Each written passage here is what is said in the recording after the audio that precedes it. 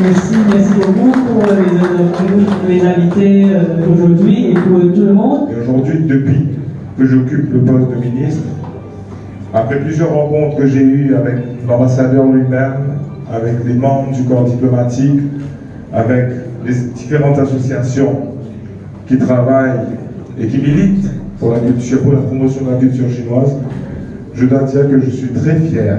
Je suis très fier de cette collaboration du gouvernement chinois et de l'île Maurice. Et j'en profite pour remercier l'ambassadeur.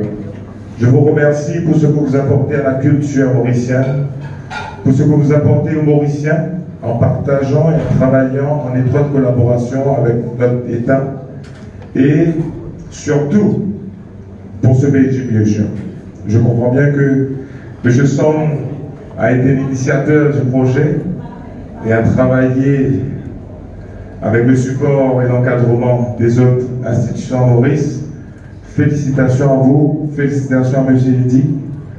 Ceci est un cadeau pour nous, Mauriciens. Parce qu'au final, la culture chinoise ou la culture sino-mauricienne n'est pas restreinte, n'est pas limitée aux sino-mauriciens ou aux Chinois. Cette culture définit la culture mauricienne.